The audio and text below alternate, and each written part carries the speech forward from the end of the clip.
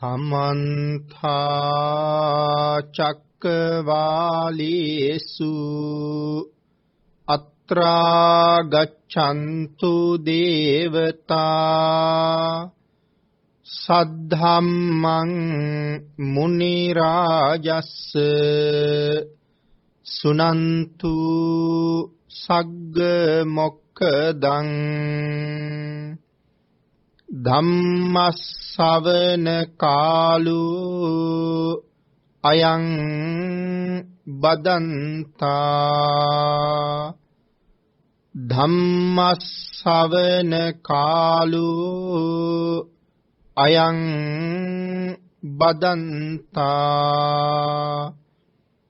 ධම්මස්සවන කාලෝ අයං බදන්තා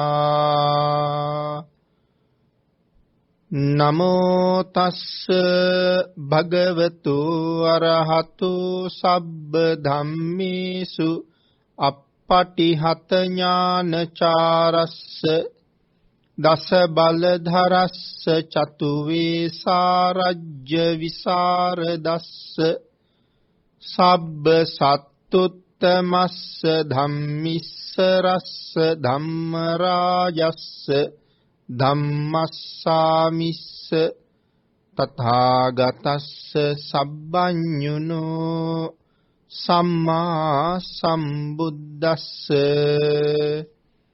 නමෝ තස්ස භගවතු අරහතු සබ්බ ධම්මේසු අප්පටිහත ඥානචාරස්ස දස බලධරස්ස චතු වේසාරජ්‍ය විසරදස්ස සබ්බ සත්තුත්තමස්ස ධම්මිස්ස රස්ස ධම්මරාජස්ස ධම්මස්සාමිස්ස තථාගතස්ස සබ්බඤුනෝ සම්මා සම්බුද්දස්ස නමෝ තස්ස භගවතු අරහතු සබ්බ ධම්මේසු අප්පටිහත ඥානචාරස්ස දස බලධරස්ස චතු වේසාරජ්‍ය විසරදස්ස සබ්බ සත්තුත්තමස්ස ධම්මිස්ස රස්ස ධම්මරාජස්ස ධම්මස්සාමිස්ස තථාගතස්ස සබ්බඤුනෝ සම්මා සම්බුද්දස්ස සද්ධර්ම ශ්‍රාවක කාරුණික ගුණගරුක බෞද්ධ පින්නතුනි බොහෝම ශ්‍රද්ධාවෙන් යුක්තව සියලු දෙනාම සූදානම් වෙන්නේ තිලෝගුරු ශාන්තිනායක සම්මා සම්බුදුරජාණන් වහන්සේ විසින් ලෝක සත්වයන් පිළිබඳව අසීමිත දයාවෙන් කරුණාවෙන් මෛත්‍රියෙන් යුක්තව අවබෝධ කරගෙන දේශනා කොට වදාළ පරම ගම්බීර වූ ශ්‍රී සද්ධර්ම රත්නයෙන් බොහෝම පුංචි කොටසක් දේශනා කරවගෙන ධර්ම ගෞරවය පෙරදරි කරගෙන දේශනාගත ධර්මයේ ශ්‍රවණය කරන්නත් එසේ ධර්ම ශ්‍රවණය කිරීමෙන් ලැබෙන අවවාද අනුශාසනා තම තමන්ගේ ජීවිතවලට එකතු කරගෙන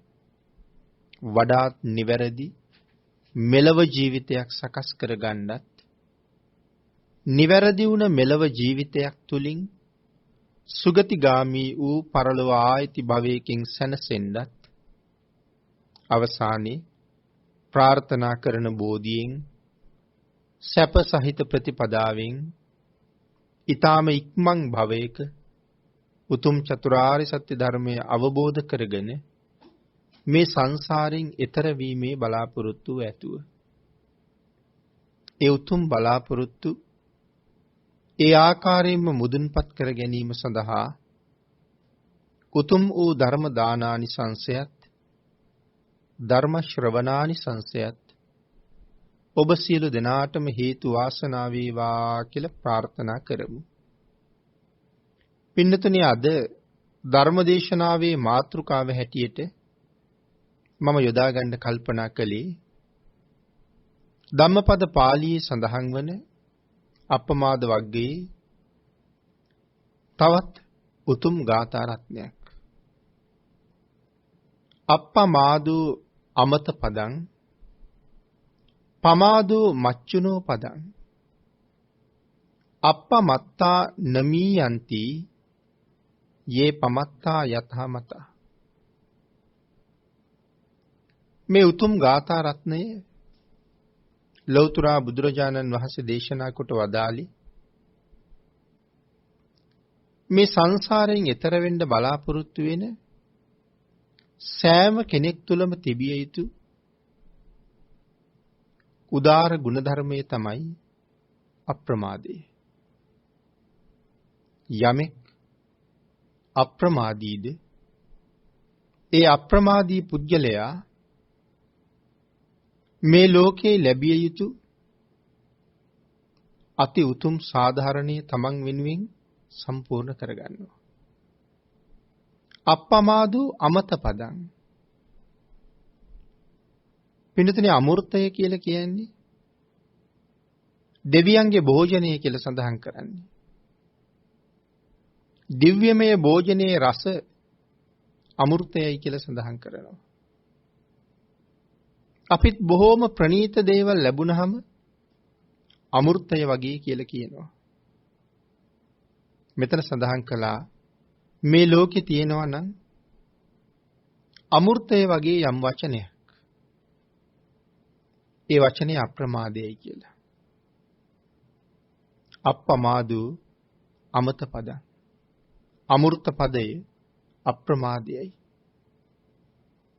පමාදෝ මච්චුනෝ පදං. මේ ලෝකේ ජීවත් වෙන අය අතර යම් කෙනෙක් ප්‍රමාදීව වැඩ කරනවද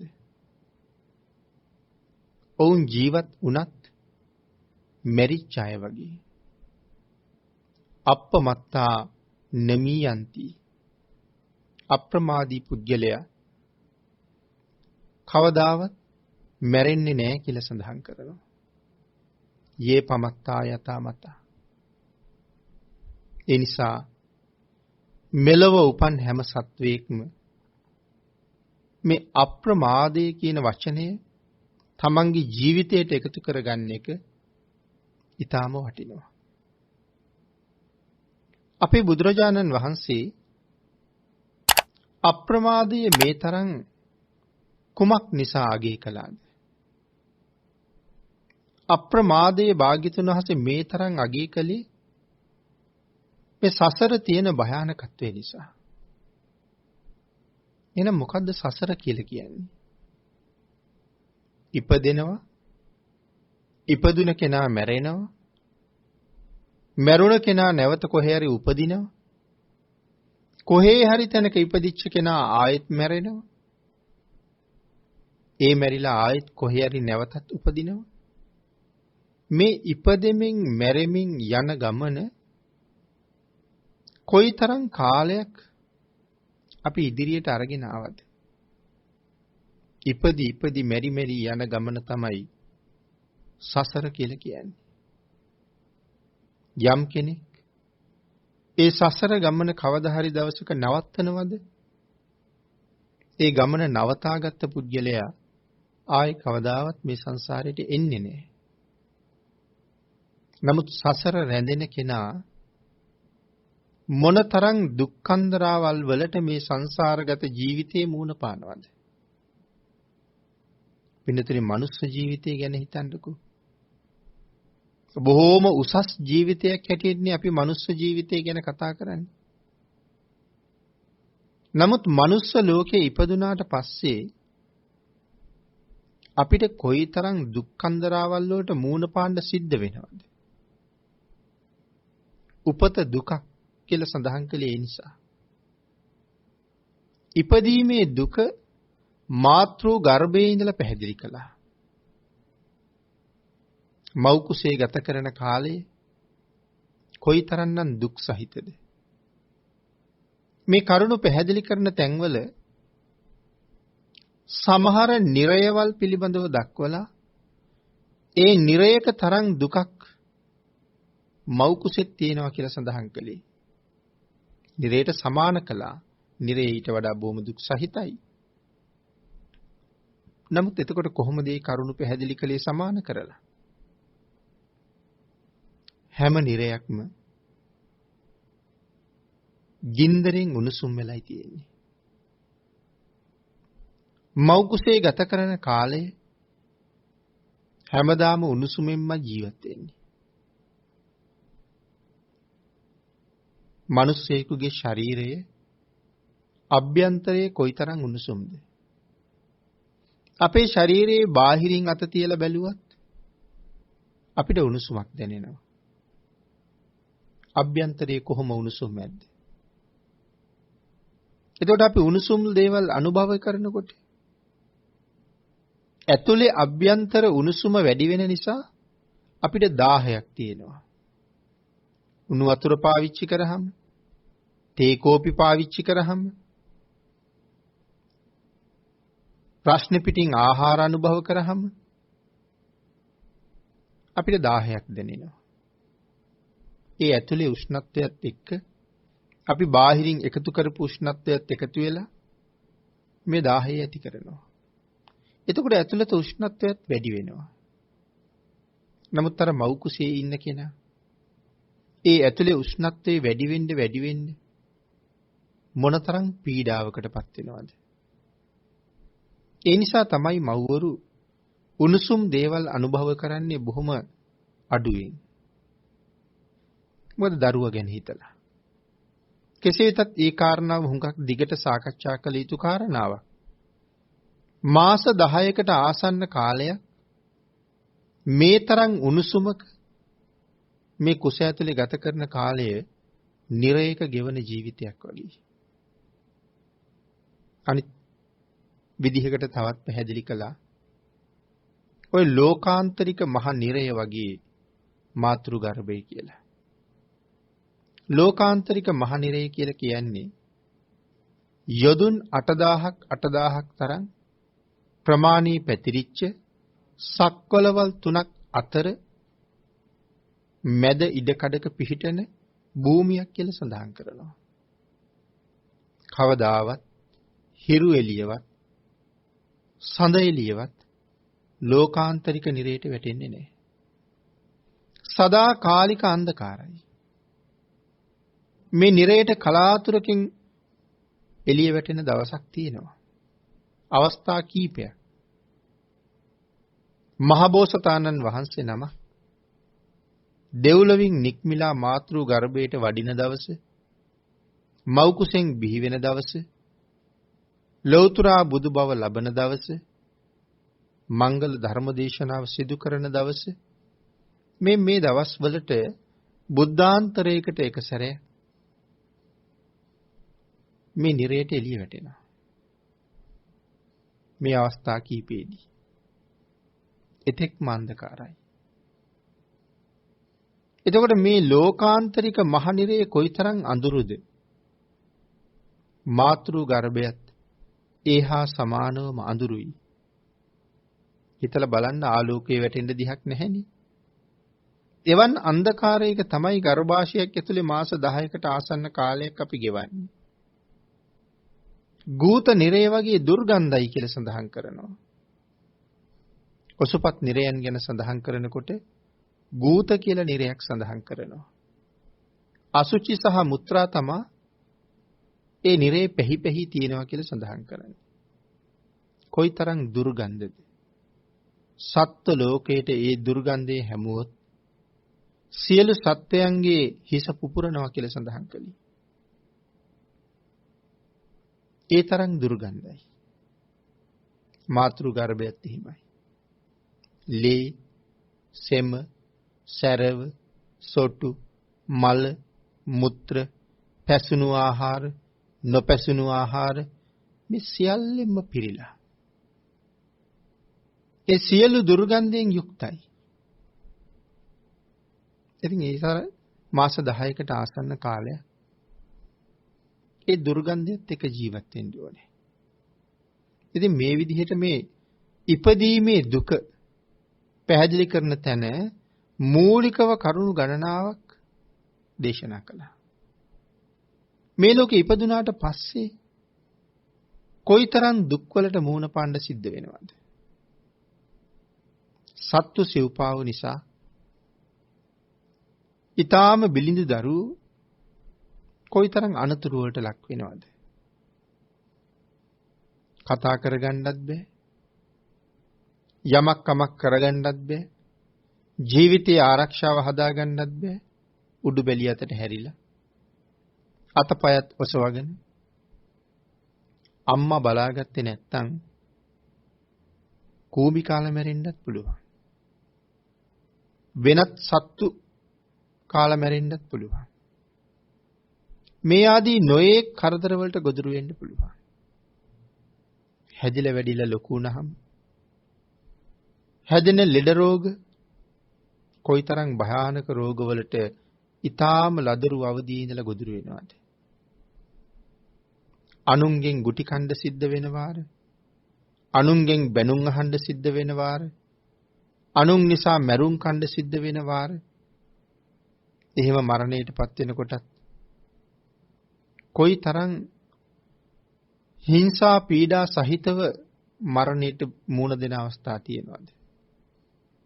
පිහියෙන් අනිනවා, කඩුවෙන් අනිනවා, වෙඩි තියෙනවා, අතපය කපනවා, පුලුස්සනවා, නියපොතු ගලවනවා, ඉදිකටු අනිනවා. හිතන කොටත් බය උපදවන තරම් ඊටාම දුක්ඛිත ක්‍රමෝස්සේ මනුස්ස ලෝකේ මරණයටපත් වෙන්න සිද්ධ වෙනවා. අතීත රජවරු දඬුවම් කරපු හැටි වෙනම ධර්මයේ සඳහන් කරලා තියෙනවා. කට ඇරලා කට ඇතුලේ පහනක් දැල්වලා තියෙනවා.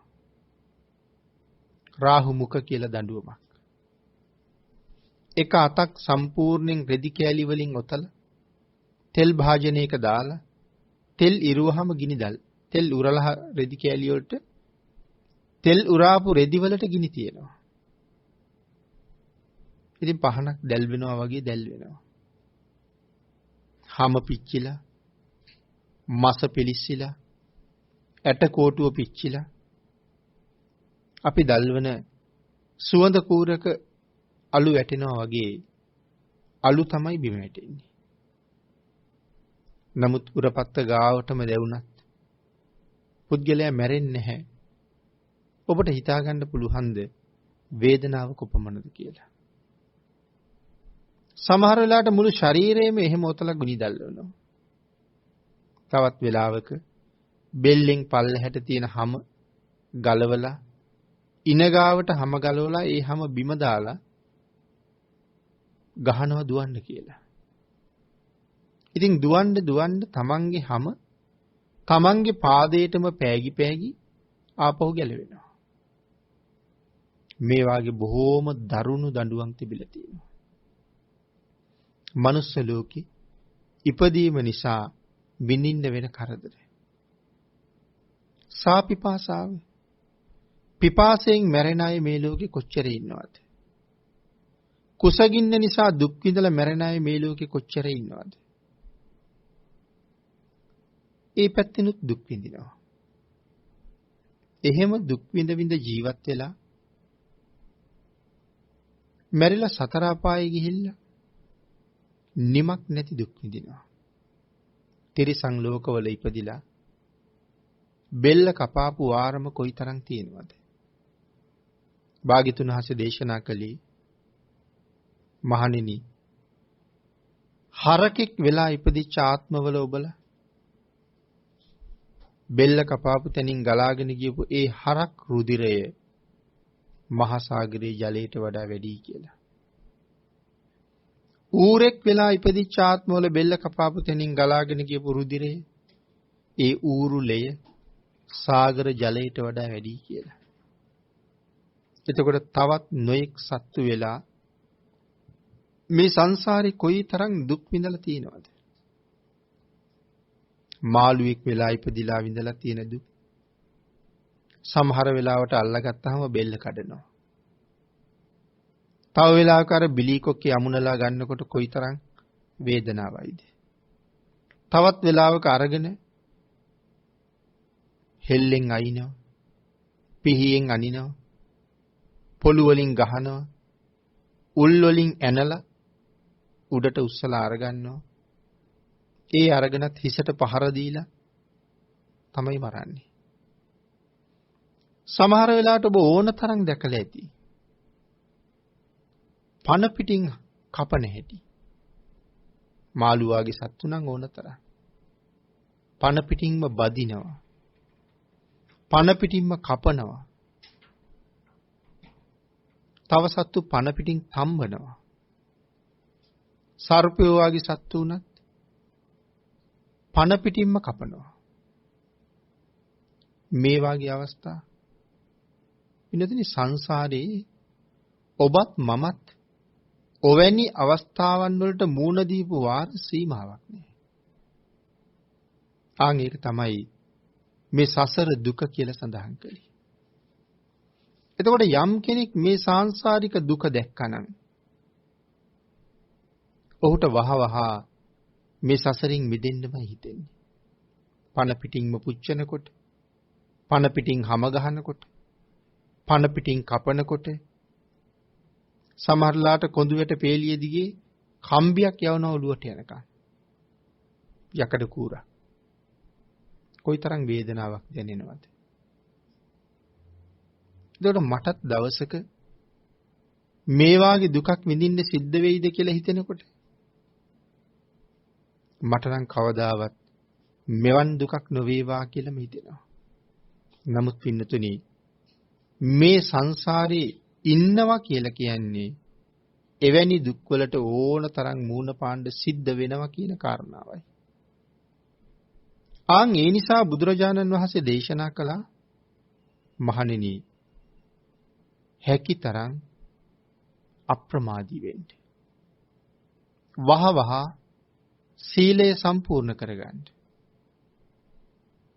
වහවහ ගුණධර්ම වලින් පොහොසත් වෙන්න. අපි පින්නතුනි සංසාරේ විඳපු දුක මේ මනුස්ස ජීවිතේ ඉපදුන නිසා අපිට තේරෙන්නේ නැහැ. අපි නිරේවල් වල ජීවත් වෙච්ච කාලේ ඕන තරම් හිතන්න ඇති කවදා හරි දවසක මේ නිරයෙන් නිදහස් වෙලා මනුස්ස ලෝකෙට යන්න ලැබුණොත් ආයෙනම් සංසාරي කවදාවත්ම නිරයට නොයන්න වැඩ කරනවා කියලා. එහෙම හිතපු අය ගැන ධර්මයේ සඳහන් කරලා තියෙනවනේ. මනුලව නැවත යන්න ලැබුණොත් අය කවදාවත් නිරයට එන්න වැඩ කරන්නේ නැහැ කියලා හිතාපු නිරිසත්තු ගැන. නමුත් පින්නතුනි එයින් මිදිලා මොකක් හරි කුසල කර්මයක් එක්ක මේ ජීවිතේට ආවට පස්සේ අපිට මේ දේවල් මොකවත් මතක නැහැනේ. ඒ නිසා අපි නැවතත් නිරයගාමී අකුසල් වලම තමයි යෙදිලා ඉන්නේ. ලෞතර බුදුරජාණන් වහන්සේලා වගේ මහා සත්පුරුෂ උත්තමයන් වහන්සේලා මහා කල්ප ගණන් ඇවෑමෙන් විශ්වයේ පහළ වෙලා මේ සදාතනික සත්‍යය දුක කියන කාරණාව ලෝක සත්වයාට මනාව පැහැදිලි කරලා දේශනා කරනවා. බුද්ධාන්තරේ ඉවර වෙලා ගියහම ආය කල්ප ගණන් මේ කාරණාව අපට කියලා දෙන්න කෙනෙක් නැහැ. ඒ නිසා ඉපදිච්ච කිසි කෙනෙකුට ගුණධර්ම පූර්ණේ කරන්න අවබෝධයක් තේරුමක් නැහැ. හරි වැරදි වැටහුණා නම් සංසාරේ ප්‍රාර්ථනා කරගෙන ආපු සුළුතරයකට විතරයි. වැඩි පිරිසක් ප්‍රමාද වෙලා අකුසලයට එක්කම ජීවත් වෙලා මැරිලා ඒ අකුසලයට ගැළපෙන විපාකයම අවුරුදු කෝටි ප්‍රකෝටි ගණන් විඳිනවා. නිරේ දුක් විඳිනවා කියලා කීවට අපි පින්නතුනි ඔක ධර්මදේශනාවල් වලට අහනවා විතරනේ. නිරේ දකින්න ලැබුණොත් අපි මේ ලෝකේ කොහොම ජීවත් වෙයිද? ඔබට මතකද? අර මිගලන්තික කියන වැදි පුද්ගලයා. මේක අපේ ලංකාවේ කතාවක්. මිගලන්තික කියලා වැද්දෙක්. හැමදාම උගුල් 100ක් හදලා ඒ උගුල් වලට අහු වෙන සත්තු මරලා විකුණලා තමයි ජීවත් වෙන්නේ. එක දවසක් කල්පනා කළා අද නම් උගුලක ඉන්න සතෙක් මරලා පුච්චලා එතනම කනවා කියලා. ඉතින් ඒ වගේම සතෙක් අරගෙන පුච්චලා අනුභව කරන්න සූදානම් වෙනකොට ඔහුට දරා ගන්න බැරි තරම් පිපාසයක් දැනුණා. ඔහු හැම තැනම ගියා වතුර හොයන්න. වැව ගාවට යනකොට වැව වේලිලා වගේ පේන්නේ. ගඟ ගාවට යනකොට පිපාසයේ සංසිඳව ගන්න පානය කරන්න වතුර ටිකක් ගඟේ නෑ. ලිඳ ගාවට යනකොට ලිඳත් හිඳිලා. ඇවිදගෙන ඔහු යන්නේ සිතුල් පව්වට. සිතුල් පව්වේ භික්ෂූන් වහන්සේලා රහතන් වහන්සේලා විශාල ප්‍රමාණයක් වැඩ හිටපු තැන. හැම තැනම පැන් කෙන්ඩි තියලා තියෙනවා. මොහු හැම කෙන්ඩියක් ගාවටම ගිහිල්ලා වතුර හොයනවා. නමුත් වතුර නෑ. අන්තිමට බනිනවා. මෙච්චර හාමුදුරුවරු පිරිසක් ඉන්නවා. බොණ්ඩ වතුර ටිකක් නෑ කියලා. ඒක රහතන් වහන්සේ නමකට ඇහිලා. රහතන් වහන්සේ ඇවිල්ලා බලහම හැම බඳුනකම වතුර පිරීලා. රහතන් වහන්සේ ඔහුට කතා කරලා රහතන් වහන්සේ වතුර දෙනවා ඔහුට වතුර බොන්න කියලා. වතුර බීලා ඉවර වුණාම රහතන් වහන්සේ මේ පුද්ගලයාගෙන් අහනවා මොන වාගේ කර්මයක් කර කර ඉඳලා දාවි කියලා. ඇත්තම කියනවා. එතකොට සඳහන් කරන ඔබ දන්නවද? කරන අකුසල කර්මත් එක්ක ඔබ මේ මිහිපිටම මනුෂ්‍ය ප්‍රේතයෙක් බවට පත් වෙලා ඉන්නේ. ඒකයි යන තැන වතුර හම්බ වුණේ නැත්තේ කියලා. ඒ කාරණාවෙන් මිගලන්තික හොඳටම බය වුණා. ඒ පිපාසයේ තරම ඔහු මේ ජීවිතේම අත්විඳා. මිගලන්තික බැගෑපත් වෙලා අහනවා ස්වාමීනි මට ඒ කර්මයෙන් මිදෙන්න විදියක් නැද්ද? මරුණට පස්සේ මන් නිරේද උපදින්නේ? රහතන් වහන්සේ සඳහන් කළා මනුස්ස ලෝකේ ඉන්න වෙලාවෙම ප්‍රේතෙක් වුණා නම් මරණින් පස්සේ ඔබට කොහෙද සුගතිය? අනේ ස්වාමීනි මට ඒ නරක ආදීන් බේරෙන්න ක්‍රමයක් නැද්ද? සඳහන් කළා එකම ක්‍රමයයි තියෙන්නේ. මහාන වෙන්න ඕනේ. මහාන වුණා. මහාන වුණාට පස්සේ ස්ථාන 3ක වත් කරන්න ඕනේ. සිතුල් පව්වේ වත කරන්න ඕනේ. කතරගම වත කරන්න ඕනේ කිරිවිහෙර ළඟ. ඔය අතර තියෙන තවත් විහාරයක වත කරන්න ඕනේ. දැන් බලන්න සිතුල් පව්වේ වත කරලා මිදුල් ඇමදලා ආවාස පිරිසිදු කරලා දානශාලාවේ කටයුතු කරලා වැසිකිලි කැසිකිලි පිරිසිදු කරලා පාගමනින් ඊළඟ තැනට ගිහිල්ලා ඒ සියල්ල කරලා ආචාර්ය උපාධිය වත් කරලා කතරගම ගිහිල්ලා ඒ සියලු කටයුතු කරලා නැවත ආපහු සිතුල් පව්වට හවස ඇවිල්ලා පහුවදත් ආයි කටයුතු ටිකම තියෙනවා. ඔය අතරේ මේ පුද්ගලයා දැන් භික්ෂුවක් රහතන් වහන්සේ නමකට කියනවා ස්වාමීනි මට අපායෙන් ගින්දර ටිකක් පෙන්වන්න බැරිද? නැත්නම් අපාය පෙන්වන්න බැරිද?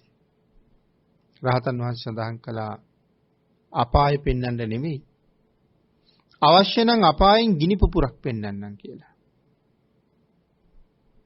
ඒ සඳහා මොනවද ස්වාමීනි කරන්න ඕනි? විශාල අමු දැව කඳන් ගොඩක් ගොඩ ගහන්න කියලා කිව්වා. ඊට කටයුතු වත්පිළිවෙත් කරන අතරේ දරත් හොයාගෙන ඇවිල්ලා ගොඩ ගැහුවා ඔක්කොම අමු දර. ඒ සියල්ල කරලා ගිහිල්ලා මතක් කළා ස්වාමීනි දැන් හරි. දැව කඳන් ගොඩ ගැහුවා. රහතන් වහන්සේ සඳහන් කළා එහෙමනම් ඔබ ගොඩ ගහපු දැව ගොඩ දිහා හොඳට බලාගෙන ඉන්න. මම දැන් අපායෙන් ගිනි පුපුරක් ඒ දරගොඩ උඩට දානවා. රහතන් වහන්සේ තමන්ගේ 이르ද්‍යානුභාවයෙන් ගිනි පුපුරක් අරගෙන දැව කඳන් ගොඩ උඩට දැම්මා. අර ගිනි පුපුර වැටෙනවත් දැව කඳන් ගොඩ අළු වෙනවත් දෙකම එකපාර සිද්ධ වෙනවා. අනික මේවා අමුදරනේ. ඒ කාරණාවෙන් මිගලන්තික වරක් දෙවරක් නෙමේ 100,000 වතාවකට තරම් කියලා නිමක් කරන්න බැරි තරම් බීතියකටපත් වුණා. ගිනි පුපුර මෙහෙමනම් නිරය කොහොම ඇද්ද කියලා. වත් කරලා විතරක් මදි. වතට යන ගමන් පිදුරු කට්ට බැඳලා වතුරට දාලා යනවා. දවල් කාලේ වත් කරලා රැට ඇවිල්ලා අර පිදුරු කට්ටයක් හිස මත තියාගෙන භාවනා කරනවා. තෙත පිදුරු කට්ටේ හිස මත තියාගෙන. වෙහෙස වැඩි නිසා එහෙමත් සමහරලාට අපහසුයි. සමහර දවස්වලට කරවටක් එනකන් වැවට බැහැලා වතුරේ ඉඳගෙන භාවනා කරනවා. අර නිරය ගැන දැනුණ නිසා නිරයෙන් මිදෙන්න. ඒ තරම් වෙහෙසුණා. නිරයෙන් ගැලවෙන්න අප්‍රමාදීව කටයුතු කළා. පැවිදි වෙලා සමාදන් කරවපු සීලය මනාවම රැකගත්තා. ආන්ගේ අප්‍රමාදී භවයේ ප්‍රතිඵලයක් හැටියට එක දවසක් මෙහෙම පාන්දර භාවනා කරන වෙලාවේ වටේට තියෙන අවට ආරණ්‍යවල භික්ෂුන් වහන්සේලා කඳු මුදුන් වල පිරිත් කියනවා. උන්වහන්සේලා පිරිත් අවසානයේ සඳහන් කරනවා ආරභත, අරඹව්, නික්කමත, නික්මෙව්, යුඤ්ඤත බුද්ධ ශාසනය. මේ සසරින් මිදීමේ ගමන මේ ශාසනයෙන් ආරම්භ කරන්න. ඒ ගමන තුලින් මේ සංසාරයෙන් මිදෙන්න කටයුතු කරන්න. වහ වහ ඒ වෙනුවෙන් යෙදෙන්න. උන්වහන්සේලා නිතර කියනවා. ඇතෙක් බට පඳුරු වනයක් පොඩි කරනවා වගේ තමන් සතු කෙලස් නැමැති අකුසල් පොඩි කරලා අකුලලා දාන්න. විනාශ කරලා දාන්න. මෙහෙම සඳහන් කරනකොට මිගලන්තිකට හිතෙනවා මේ කියන්නේ මම වගේ වීරියවන්තයෝ ගැන. ඔය කාරණාවෙන් ප්‍රීතියෙන් කටයුතු කරලා මිගලන්තික මේ ජීවිතෙම සසරින් මිදෙන්න කටයුතු කරගත්තා. අප්‍රමාදේ නිසා. ඒ වගේම පින්නතුනි තවත් නොඑක අය මේ ශාසනයේ 80 මහ ශ්‍රාවකයන් වහන්සේලා, මහ රහතන් වහන්සේලා, අනාගාමි, සකදාගාමි, සෝවාන් ආදී ආර්යයන් වහන්සේලා අප්‍රමාදී භවී ප්‍රතිඵලයක් හැටියට තමයි සංසාරේ කෙරවල කළේ. සදහටම සතර අපායට යන ගමන නතර කරගත්තේ. අප්‍රමාදීව වැඩ කරලා. බුදුරජාණන් වහන්සේ ඔබට මට අපි හැමෝටම දේශනා කළේ අප්‍රමාදී වෙන්න කියලා. හැම කෙනෙක්ම අප්‍රමාදී විය යුතුයි. හැම කෙනෙක්ම සසර ගැන අවබෝධ කරගත යුතුයි. ඔබ දන්නවා පංචවග්ගීය නැත්නම් බද්ධවග්ගීය භික්ෂුන් වහන්සේලා ගැන. බද්ධවග්ගීය කුමාරවරු වස් කාලයක බුදුරජාණන් වහන්සේ මුණ ගැහෙන්න එනකොට තමන්ගේ ගමන ප්‍රමාද වුණ නිසා බුදුරජාණන් වහන්සේ ළඟ වස් සමාදන් වෙන්න බැරුව ගියා. නමුත් ආසන්නයේ තැනක වස් සමාදන් වෙලා වසෙන් පස්සේ බුදුරජාණන් වහන්සේ මුණ ගැහෙන්න ආවා. දවස් 6ක් තරම් දිග් ගමනක්. හැමදාම වහිනවා. හැමදාම තෙමිලා. මාරු කරගන්න සිවුරු නැහැ. නිමක් නැති දුක් විඳ විඳ තමයි දවස් 6ක් ජේතවනාරාමයට එනකන් ඉන්නේ. ඉතින් ඇවිල්ලා වැඳලා සතුටු සාමීචිය ටිකක් කතා බහ කරලා භාග්‍යතුන් වහන්සේ අහනවා මහණෙනි වස් කාලයේ සුවසේ ගත කළාද? ස්වාමිනී කාලේ නම් බොහොම සුවසේම ගත කළා. නමුත් දවස් 6ක් මේ ආපු ගමන තමයි පුදුම දුකක් වින්දේ කියලා. ඒ තරම් දුකක් වින්දා මේ දවස් 6 තුල කියලා කියහම බුදුරජාණන් වහන්සේ සංසාරේ විඳපු දුක ඒ උන්වහන්සේලාට පැහැදිලි කරලා අහනෝ ඔබලා ආපු ගමන මේ තරනුත් දුකයිද කියලා. උන්වහන්සේලාට හිතෙනවා 6 දවසක් තිස්සේ මොකක්ද අපි විඳපු දුක කියලා. පා ගමනින් දුක් විඳගෙන ආපු භික්ෂුන් වහන්සේලා භාග්‍යතුන් වහන්සේගේ මේ වචනය අහලා සසර දුක මනාව අවබෝධ වෙලා 30 දෙනාම ආපහු වෙඩිය අහසි. සසර දුකට බය වෙච්ච නිසා වහවහ සසර අවබෝධ කරගෙන කටයුතු කරලා කෙනෙකුගේ ලෞකික ජීවිතයත් ලෝකෝත්තර ජීවිතයත් දියුණුවටපත් වුණා නම් අප්‍රමාදී බව නිසා සාමාන්‍ය ජීවිතේට මේ අප්‍රමාදී බව එකතු කරගෙන බලන්න. පමා නොවන ගුණය මේ ලෝකේ ලෞකික සම්පත් අතින් යම් කෙනෙක් සාර්ථකත්වයේ කරා ගමන් කළා නම් ඒ සෑම සාර්ථක පුද්ගලයෙක්ම බොහොම වෙහෙසිලා මහන්සි වෙලා කම්මැලිකමට පිටුපාල වැඩ කරපු නිසා නෙමේද සාර්ථක වුණේ කියලා බලන්න. මහ ධනපතියෝ එතෙන්ට ඇවිල්ලා තියෙන්නේ ඊටාම පුංචි තැනක ඉඳලා. නොවිඳිනා දුක් විඳලා තමයි ඒ සාර්ථකත්වය ළඟා කරගෙන තියෙන්නේ. ඉගෙන ගන්න කෙනෙක් ඉගෙන ගන්න සමහර කෙනෙක් අධ්‍යාපන කටයුතු වලට තියෙන උනන්දුව පසෙකලා වෙනත් ක්‍රීඩා කිරීම ආදී නොයෙක් කටයුතු ඔස්සේ යෙදෙනවා කටයුතු කරනවා. හැබැයි අධ්‍යාපන කටයුතු තියෙන්නේ දෙවෙනි තුන්වෙනි තැන.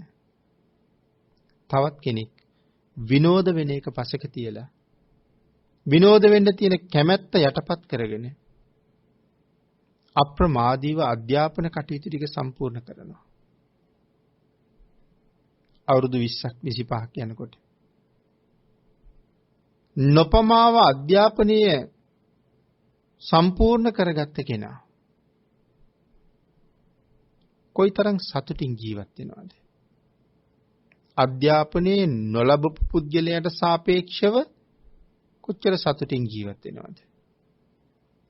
හොඳ රැකියාවක් කරනවා. හොඳට ගෙයක් දොරක් හදාගෙන තියෙනවා. ගමන් බිමන් යන්න යාන වාහන අරගෙන තියෙනවා. ආවාහ විවාහ වෙලා දරු මල්ලු හදාගෙන දරුවන්ට හොඳට අවශ්‍ය පහසුකම් ලබා දෙමින් අධ්‍යාපන කටයුතු වලින් පොහොසත් කරමින් යුතුයකම් සම්පූර්ණ කරගනිමින් මේ ලෝකේ විඳ යුතු යම් වූ සැපයක් තියෙනවා නම් ඒ සැපේ භුක්ති විඳිනවා. නමුත් එදා ප්‍රමාදීව ක්‍රීඩාවට සෙල්ලමට යොමු වෙලා හිටපු කෙනා අනන්ත දහදුක් විඳින්න අවුවි වැස්සි සීති පින්නේ ජීවත් වීම සඳහා මහා අරගලයක් කරනවා. කොච්චර හම්බ කෙරුවත් සමහර වෙලාවට එදිනෙදා අවශ්‍යතාවන් ටිකවත් සම්පූර්ණ කරගන්න ඒ දේ ප්‍රමාණවත් මදි වෙනවා. අර එකටම සමහරලාට ඉඳලා ඉගෙනගෙන ඉහළට ආපු කෙනා ජීවිතේ විඳිනවද යම් සැපයක්? ඒ සැපේ ගැන හිතන්නවත් පුළුවන් කමක් නැහැ. පමා බව නිසා අද තමන් දුක් විඳිනවා. නොපමාව අධ්‍යාපන කටයුතු සපුරාගත්ත කෙනා අද බොහොම යහපත් විදිහට ජීවත් වෙනවා. පින්නතුනි ජීවිතේ හැම පැත්තටම මේක එකතු කරන්න. හැම කෝණයකින්ම මේක දිහා බලන්න. ආන් ඒ වගේම තමයි අප්‍රමාදීව කුසල් කරපු කෙනා මරණින් මත්තේ සතර අපායෙන් ගැලවිලා සුගතියෙන් සුගතියට ගමන් කරමින් අසීමිත සැපක් විඳිනවා. නමුත් මේ කාම ලෝකේ කාම සම්පත් වලට රැවටිලා කාම සැපයට ඇලිලා පංච කාමයෙන් සතුටු වෙන්න උත්සාහ කරපු කෙනා මෙලවත් බොහෝ දුක් වලට මුහුණ පෑවා වගේම පරලෝකදී නිමක් නැති මහ දුක් විඳිනවා. නිමක් නැති මහ දුක් විඳිනවා. ආන් ඒක නිසා අප්‍රමාදයේ කොයිතරම් වටිනවද? අපේ භාග්‍යතුන් වහන්සේ දේශනා කළා මහණෙනි මේ ලෝකේ අප්‍රමාදයේ කොයිතරම් ශ්‍රේෂ්ඨද? මූල ගන්ධයන් අතර කළුවැල් සුවඳ, ඉරිවේරිය සුවඳ, සැවැන්දන සුවඳ ඊටාම උසස්. හර සුවඳ අතර සඳුන් වාගේ දේවල් වල සුවඳ ඊටා උසස්. මල් සුවඳ අතර දෑසමන්, බෝලිද්ද, තුවරලා මේ වාගේ මල් වල සුවඳ උසස්. මේ විදිහට උසස් දේවල් පිළිබඳව සඳහන් කරලා මේ ලෝකෙ සියල්ලටම වඩා අප්‍රමාදයේ උසස් කියලා දේශනා කළා. නැවත භාග්‍යතුන් වහන්සේ දේශනා කරනවා සත්වයන් අතර සක්විති රජු දෙපා සතුන් අතර සියල්ලන්ටම උසස්. ඊට වඩා මේ ලෝකේ අප්‍රමාදයේ උසස්. සියලු සත්වයන් අතර ලෞතර බුදුරජාණන් වහන්සේ සියලු දෙනාටම වඩා උසස්. ඊටාම ඉහළින්ම වැඩ ඉන්නවා භාග්‍යතුන් වහන්සේ. භාග්‍යතුන් වහන්සේ දේශනා කොට වදාළ අප්‍රමාදී මඟ යම් කෙනෙක් ගමන් කරනවාද භාග්‍යතුන් වහන්සේ බලාපොරොත්තු වෙන උසස් තැනකට එන්න ඒ පුජ්‍යලයට තියෙන එකම මඟ නොපමා භවී මඟ. ඊළඟට භාග්‍යතුන් වහන්සේ නැවත පැහැදිලි කරනවා මහණෙනි හැම මොහොතකම තමා විසින් තමන්ට චෝදනාවක් කරන්න. අත්තනා චෝදයත්තානං පටිමා සේත අත්තනා. තමන්ට චෝදනාවක් කරන්න තමන් විමසන්න. බුද්ධාන්තරයක ලැබිච්ච ශ්‍රේෂ්ඨ මනුස්ස ජීවිතේ කොයිතරම් උතුම්ද? මේ තරම් භයානක සංසාර සාගරයෙන් එතර යන්න මග කියලා දෙන්නේ බුදුදහමින් විතරයි. බුදුරජාණන් වහන්සේ විතරයි. නමුත් බුදුවරු ලෝකේ හැමදාම නැහැ. බුදුරජාණන් වහන්සේලගේ දහම ලෝකේ හැමදාම නැහැ. කලාතුරකින් තමයි ලෝකේ යථාර්ථය ඉස්මතු වෙලා තියෙන්නේ. ඒ යථාර්ථය ඉස්මතු වෙලා තියෙන වෙලාවේ තම තමන්ගේ සංසාරගත මේ දුක්ඛිත ජීවිතය ඒ දුක්ඛිත ජීවිතයට නැවතීමේ තිත තියන්න තියෙන හොඳම කාලය. ඒ සඳහා මං කටයුතු කළ යුත්තේ කොහොමද? බුදුරජාණන් වහන්සේ මඟ පෙන්වුවා. හැම කෙනෙක්ම යටත් පිරිසෙන් තිසරණය සහ පංචශීලයේවත් ආරක්ෂා කරන්න. මුලින්ම තිසරණයට එන්න. ඊළඟට පංචශීලයට එන්න. මේ සීලාදී ගුණයන් සම්පූර්ණ කරගන්න. ඒ සඳහා වහවහ අප්‍රමාදී වෙලා කටයුතු කරන්න. එතකොට දැන් අපි අපෙන් අහන්න ඕනේ. ඔබ අද දවසේ ඒ සීලය කොයිතරම් උල්ලංඝනය කළාද? ප්‍රාණඝාත කීයක් කළාද? වංචා කොච්චර කළාද? වැරදි කාමසේවනයටත් යොමු වුණාද? මුසාවෙන් කී දෙනෙක් රැවට්ටුවාද? සුරා පානීයට කොච්චර ලොල් වුණාද? එතකොට භාග්‍යතුන් වහන්සේට කී කරුද?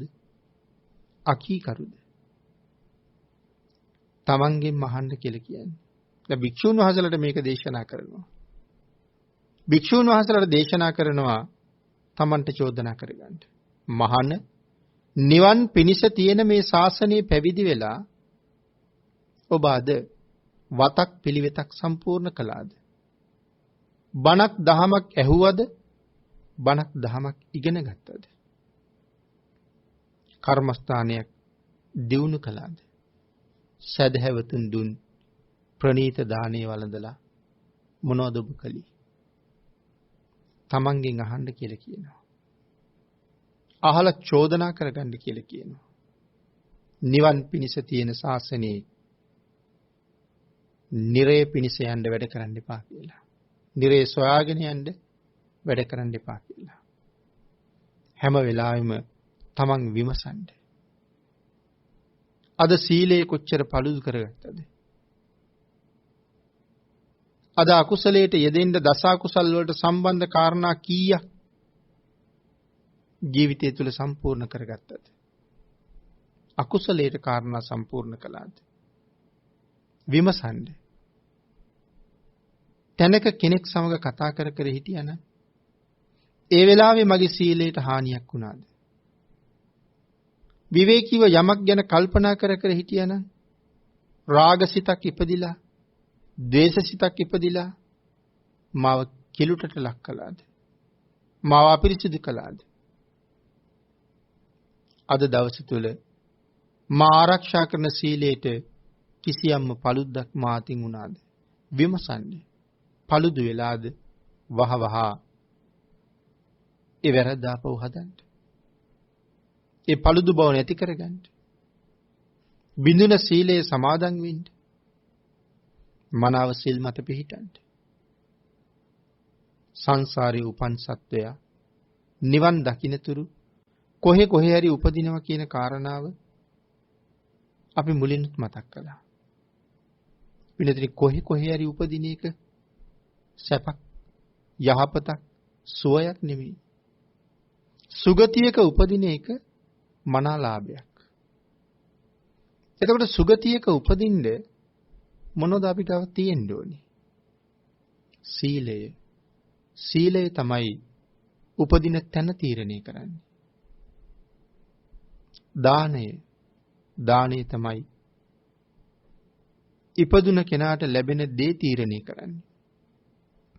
ආන්ගේ නිසා ප්‍රමාදීව සිල් ගුණ සම්පූර්ණ කරන්න, දස දාන වස්තුව සම්පූර්ණ කරන්න කියලා නිරන්තරයෙන් ධර්මයෙන් අපට අවවාද කරනවා. ඊළඟට දේශනා කරනවා මේ ලෝකේ යම් කෙනෙක් පිනක් කරන්න කල්පනා කරනවාද? ඒ හැම පිනකටම මූලික වෙන්නේ අප්‍රමාදය. අප්‍රමාදීව පින් කරගත්ත කෙනා කවද මැරුණත් බොහොම සතුටින් තමයි මරණයටපත් වෙන්නේ. අප්‍රමාදීව පින් කරගත්ත කෙනා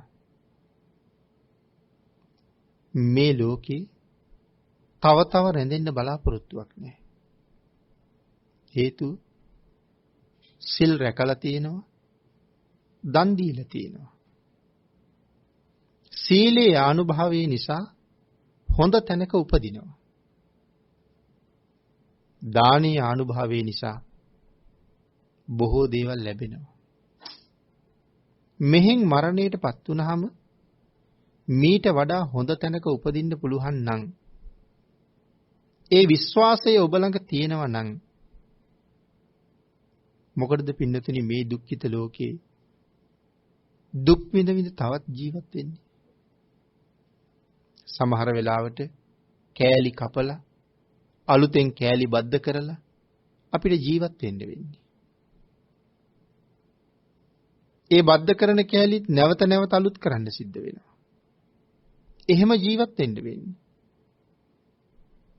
සමහරලාට එහෙම ජීවත් වෙන්න ලැබුණත් ඒ ජීවිතේ රැකගන්න ඒ සත්කම් ආදී නිසා කොයිතරම් කැපකිරීම කරන්න සිද්ධ වෙනවද? මාස ගණන්, අවුරුදු ගණන්. ඒවට දුක් විඳින්න වෙනවා. ආහාර පාන පාලනය කරන්න සිද්ධ වෙනවා. ගමන් බිමන් වර්ජනය කරන්න සිද්ධ වෙනවා. සමහරලාට නාවක් කරගන්න එක පවා මාස ගණන් අත්හිටවලා ඉඳ සිද්ධ වෙන අවස්ථා තියෙනවා. ඒත් සමහරලාට කෝටි ගණන් වියදම් කරලා සත්කම් කරන්නේ. ඉඩකඩම් උගස් කරලා සත්කම් කරන්නේ. ගෙවල් දොරවල් විකුණලා ඒ දේවල් කරන්නේ.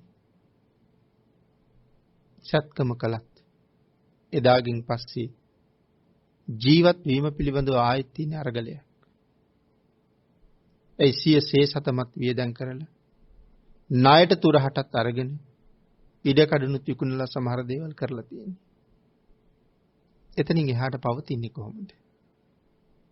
එහෙම කරලත් ප්‍රතිකාර වලට බඳුන් වෙච්ච කෙනා මැරෙලා යන්න පුළුවන්. ඉන්න අයට තියෙන යහපත මොකක්ද? බුදුරජාණන් වහන්සේට කීකරු වෙලා මනාව සීලයක පිහිටලා දාන ආදී කුසල කර්ම කරගෙන අපි ජීවත් වුණා නම් අපිම දන්නවා මරණින් මත්තේ මීට වඩා හොඳ තැනක උපදින බව. පින්නතුනි මැරුණට පස්සේ උපදින්නේ මීට වඩා හොඳ තැනක කියන කාරණාව මේ වෙනකොටත් හොඳටම දන්නවනම් ඉතින් මේ තරම් දුක් විඳගෙන මෙහෙ නතර වෙන්න උත්සාහ කරන්නේ මොකටද තව? අප්‍රමාදී බව කොච්චර වටිනවද? පමා නොවි කටයුතු කරගෙන තියෙන බව කොච්චර වටිනවද? සමහර වෙලාවට පිළිකාවක් හැදිලා ජීවිත කාලේ ඉදා ඉඳලා එක්තෙන් වෙලා. අතපය පන නැතුව ගිහිල්ලා කන් ඇහෙන්නේ නැතුව ගිහිල්ලා ඇස් පේන්නේ නැතුව ගිහිල්ලා ජීවිත කාලේ කොච්චර දුක් විඳිනවද? එතෙක් පිනක් දහමක් කරගත්තේ නැති සීලයක් ගුණයක් රැකගත්තේ නැති කෙනෙක් දැන් මේ එක්තෙන් වෙලා මොන ගින්දරකින් පිච්චෙනව ඇති කියලා හිතනවද? මනුස්ස ජීවිතයේ ශ්‍රේෂ්ඨත්වයේ කොපමණද? බුද්ධාන්තරයක ලැබෙන මනුස්ස ජීවිතයක් කොයිතරම් උත්තරීතරද? එවන් ජීවිතයක් ලැබිලා තියෙන වයන් මොහතක තාම මගේ කන් දෙකෙන් කන් නැසී යනතුරුම අහපු ධර්මයක් නෑ. ඇස් දෙක නොපෙනී යනකම් පරිහරණය කරපු දහම් පොතපතක් නෑ. සදහැ උපදවන තැන් දැක දැක සදහැ උපදවන්න කටයුතු කළේ නෑ. රැකිය යුතු සිල් තියෙන වෙලාවේ ඒ සීලයක් ආරක්ෂා කරගන්න කටයුතු කළෙත් නෑ. දිය යුතු දාන ඕන තරම් දන්වලා පෙන්වලා තියෙනකොට දීපු දානෙකුත් නෑ. නොකල යුතු වැරදි මේ තරම් පැහැදිලිව පෙන්වලා තියෙන වෙලාවක වැරදි වලින් අත මිදුනෙත් නෑ. අකුසල් ගොඩක් රැස් කළා මිස රැස් කළ කුසල කර්මයක් නෑ. දැන් මැරුණා. නිරේට තමයි තීන්දුව වෙලා තියෙන්නේ කියලා දැනගන්නකොට සිහිනෙන් පවා බය වෙලාවදී වෙනවා. කෙනෙක් සමහරට ළඟ අහල පහල පේන්න නැතිනම් ඒත් කෑ ගහන්න පටන් ගන්නවා. ඒ පුදුම බයකින් ඉන්නේ. එක්තෙන් වෙලා ඉන්න වෙලාවට සමහරලාට අපි කරන්නෙම රූප වාහිනිය, ගුවන් විදුලිය ලං කරලා දීලා බණ අහන්න සලස්වන එක. ඒ නැගිටලා යන්නත් බෑ. වෙන කල යුතු දෙයක්වත් නැහැ. කරන්න පුළුවන් හැකියාවකුත් නැහැ. ඉතින් මේ දේශනාවල් අහහා ඉන්නවා. හැබැයි මේ දේශනාව තුළ තමන්ගේ අතීත ජීවිතය ගැන බොහෝ දේවල් කරුණු ඇහෙනවා. ඇහෙන්න ඇති වෙන්නේ දුකක් සහ බයක්. නමුත් යමෙක් අප්‍රමාදී වුණා නම් එදාට ඔහු මොනතරම් සතුටු වෙනවද? ආන් මේ විදිහට පින්නතුනි නිමක් නැතුව කතා කරන්න තියෙන මාතෘකාවක් මේ අප්‍රමාදය කියලා කියන්නේ. මේ ධර්මයේ තියෙන අති සුවිශේෂීම පදය අප්‍රමාදය. සෑම පින්කමකම මූලික පදේ අප්‍රමාදය. භාග්‍යතුන් වහන්සේ දේශනා කළා සතර ඉරියව්වෙම අප්‍රමාදී වෙන්න කියලා. ඉඳගත්තත්, හිටගත්තත්, සැතපුණ, ඇවිද්දත් අප්‍රමාදී බව තියාගන්න. හැම වෙලාවෙම සිහියෙන් කටයුතු කරන්න. සිහිය ප්‍රඥාව නැති තැන අපි අතින් වැරදි වෙන්න තියෙන ඉඩකඩ ඊටාම වැඩි. සෑම ඉරියව්වක්ම අකුසල් චේතනාවන්ගෙන් ඉවත් කරන්න කියලා. රාගසිත, ද්වේෂසිත, මෝහසිත කොයි තරම් අපට උපදිනවද? මේ හැම සිතක්ම අකුසල් සහිත සිතක්. ඒ නිසායි සතර ඉරියව්වම සිහියෙන් පවත්වන්න කියලා දේශනා කළේ. ආන් එහෙම කටයුතු කරපු කෙනා මරණය ලං වෙන්න දුකක් ඔහුට නැහැ. ඔහු බොහොම සතුටින් ඉන්නවා. ඇයි අපි මුලින් සඳහන් කළා වගේ කවදද, කොතනද, කොයි වෙලාවේද මරුතුරුලට යන්න සිද්ධ වෙන්නේ. නමුත් දන්නවා මීට වඩා යහපත් තැනක උපදිනවා කියලා. එවන් ආත්ම විශ්වාසයක් තියාගෙන යම් දවසක මේ ජීවිතෙන් සමුගන්න ඔබට භාග්‍යතුන් වහන්සේගේ ආශිර්වාදේ නිරන්තරයෙන්ම ලැබේවා. අපි මුලින් සඳහන් කළා ගාථාව පැහැදිලි කරන වෙලාවේ නොපමා වූ අය නොමැරෙන අය කියලා.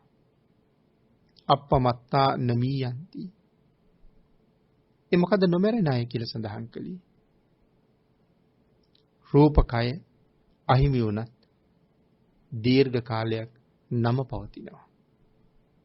බුද්ධ ආදී මහෝත්තමයන් වහන්සේලා, මේ ශාසනයේ 80 මහා ශ්‍රාවකයන් වහන්සේලා, මහ රහතන් වහන්සේලා, සිල්වත් ගුණවත් අය, සමාජයට මහ මෙහෙවරක් කරපු අය කී දෙනෙක් ගැන මරණයටපත් වෙලා අවුරුදු 100 ගණන් 1000 ගණන් ගෙවිලා තිබුණත් අපි අදත් කතා කරනවද? ඒකයි නොපමා වූ නොමියෙත් කියලා සඳහන් කළේ. හැබැයි පමා වූ ජීවත් වුණත් මරුණ අය වගේ. ඒ නිසා ඔබ නොපමා පුද්ගලයන් යතරට එකතු වෙන්න. බොහෝම සන්තෝෂෙන් දවසක මෙලොවින් සමුගන්න තුනුරුවන්ගේ ආශිර්වාදයෙන් අප්‍රමාදීව කටයුතු කරන්න. ඔබට ශක්තිය, ධෛර්යය, වාග්ය, වාසනාව උදා වේවා කියලා ආශිර්වාද කරනවා. ආකාසට්ඨා ච බුම්මට්ඨා දේවා නාග මහිද්దికා පුඤ්ඤන්තං අනුමෝදිත්වා චිරං රක්ඛන්තු ලෝක සාසනං දේවෝ වස්සතු කාලේන සස්්‍ය සම්පatti හේතුච පීතෝ භවතු ලෝකෝ ච රාජා භවතු ධම්මිකෝ.